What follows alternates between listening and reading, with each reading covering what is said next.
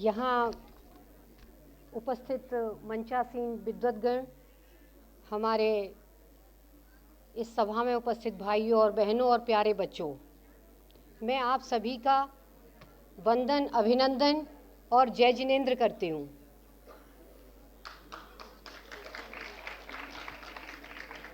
जैसा कि हम सभी को सर्वविदित है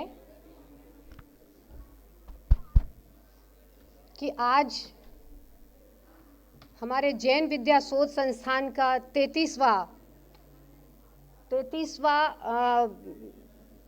वार्षिक उत्सव मनाया जा रहा है और उसने पिछले 33 वर्षों में जितने भी काम किए हैं उसमें सबसे ज़्यादा काम 5 वर्ष में हमारे डॉक्टर साहब की सक्रियता से संपन्न हो सके, इसलिए मैं उन्हें भी साधुवाद देना चाहूँगी। अब मैं एक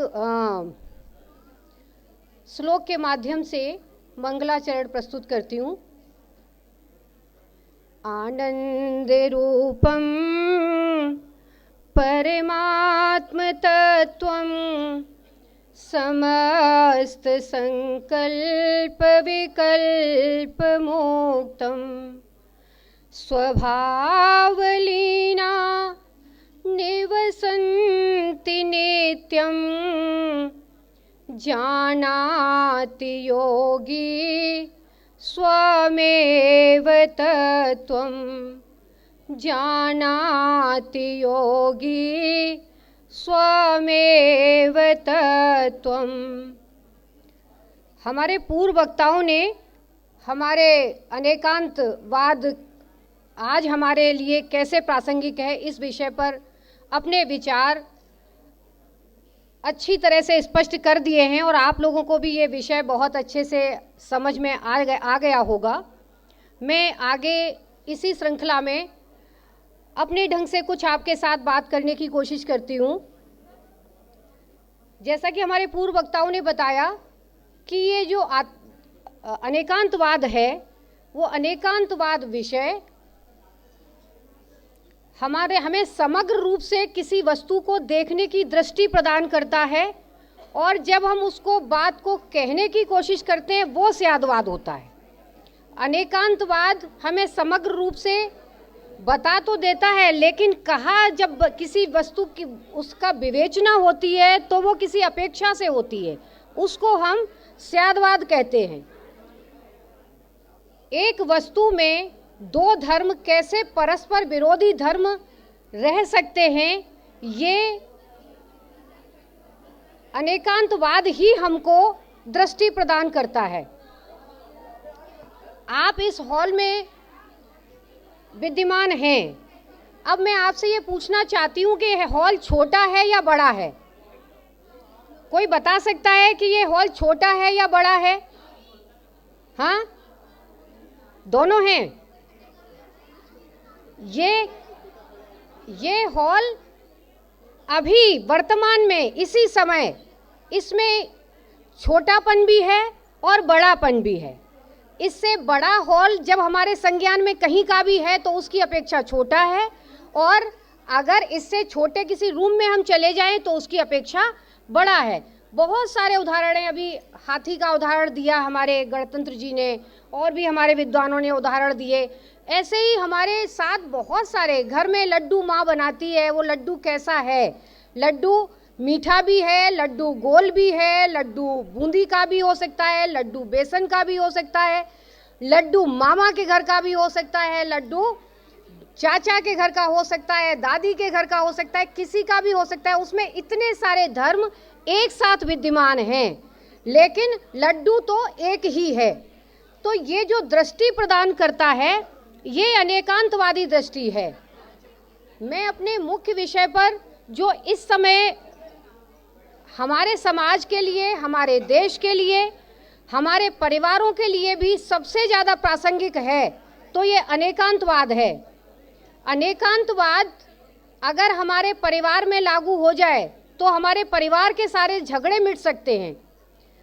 परिवार में सास का जो मत होता है बहू वैसा नहीं मानती है, अब सास भी बहू के दृष्टिकोण से नहीं सोचना चाहती है और बहू सास के दृष्टिकोण से नहीं सोचना चाहती है, तो झगड़े हैं। ऐसे ही पति पत्नी हैं, और अगर पति पत्नी के दृष्टिकोण से नहीं सोचेगा और पत्नी पति के दृष्टिकोण से नहीं सोचेगी तो हमारा परिवार आगे नहीं चल सकता है। अगर परिवार को अच्छा चलाना है तो परिवार के हर सदस्य को दूसरे के दृष्टिकोण से भी सोचना पड़ेगा। ऐसे ही अगर समाज को अच्छा चलाना है, समाज की इतनी सारी संस्थाएं होती हैं और उन संस्थाओं में बहुत सारी खींचतान रहती है। जो संस्थाएं अच्छी चलती हैं, आप ये समझ लीजिए कि उसके जो भी सूत्रधार हैं वो अनेकांतवाद का दृष्टिकोण समझते हैं।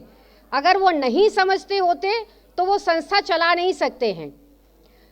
तो हम चाहे परिवार की बात करें, समाज की बात करें, देश की बात करें, देश में भी पक्ष और विपक्ष अगर सरकार चलानी है तो जितने महत्वपूर्ण हमारी सरकार एक अंग है, उतना ही महत्वपूर्ण उसका विपक्ष भी है। अगर विपक्ष अच्छा नहीं होगा तो फिर वो सरकार अच्छी नहीं चल सकती, क्योंकि सरकार को डर ही नहीं होगा कि हमारी जो भी कमियां हैं उसको कोई बताएगा। जब नहीं बताएगा तो फिर वो निरंकुश हो जाएगी। तो देश को अच्छा चलाने के लिए भी हमें अनेकांतवाद की ज़रूरत है। और विश्व पटल पर भी देखें तो नाटो, सीटो, अपने अपने गुट, जो भी व्यवस्थाएं हैं, साम्यवादी, पूंजीवादी, उसमें क्या है कि आप हमारे गुट में शामिल हो जाइए और हम आपके गुट में इतने सारे देश हैं तो हमारे गुट में और ज़्यादा देश होने चाहिए। तो अभी जैसा कि अभी हमारे एक वक्ता ने उदाहरण भी दिया था कि यूक्रेन और रसिया का युद्ध हो रहा है, तो सिर्फ उसमें क्या अंतर है? सिर्फ दृष्टिकोण का अंतर है। हमें अपने देश की तरक्की के लिए पूंजीवाद की भी आवश्यकता है। बिना पूंजी के हमारा देश तरक्की नहीं करेगा, इंडस्ट्री नहीं लगेंगी। और जो समाजवादी व्यवस्थाएं चाहती हैं कि सारे लोग एक जैसे हो जाएं, सारे लोग बराबर धन और संपत्ति वितरित होनी चाहिए, अवसर मिलने चाहिए, तो हमें अपने गरीब और शोषित वर्ग को भी ऊपर लाना है। तो उसमें कोई विरोध नहीं है, वो दृष्टिकोण अलग अलग हैं, लेकिन चाहते तो दोनों ही अच्छा हैं, अपने देश को उत्थान ही चाहते हैं। तो हमारा कहने का मतलब है कि अगर ये अनेकांतवादी दृष्टिकोण हम जहाँ भी लागू करेंगे वहाँ हम उन्नति ही करेंगे। आचार्य विद्यानंद जी ने मुझे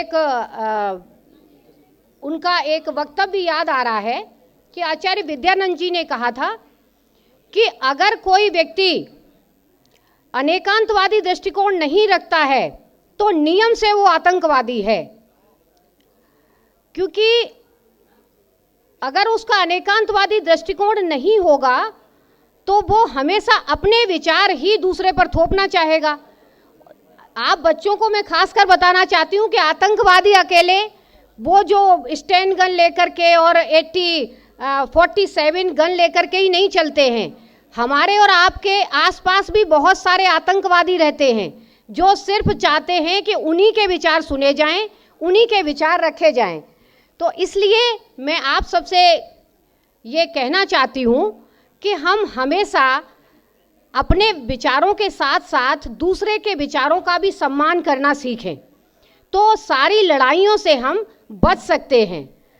एक और मुझे बात याद आती है कि जो लोग एकांतवादी विचारों के होते हैं वो मानसिक रूप से विकलांग हैं। ऐसा एक विद्वान ने अपने वक्तव्य में उद्धृत किया था कि जो एकांतवादी विचारों को तो आप लोग अब समझ ही गए होंगे कि सिर्फ हमारा ही पक्ष सही है और दूसरे का पक्ष गलत है, तो हम दूसरे के पक्ष को टोटली गलत बता करके अपना पक्ष सही कहना चाहते हैं। इसका मतलब है कि हम एकांतवादी विचारधारा का पोषण करते हैं, जो इस जगत में बहुत सारे झगड़ों का कारण है।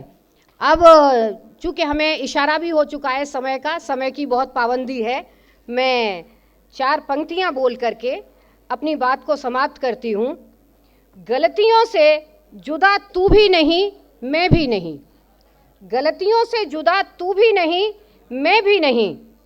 दोनों इंसान हैं, दोनों इंसान हैं, खुदा तू भी नहीं, मैं भी नहीं।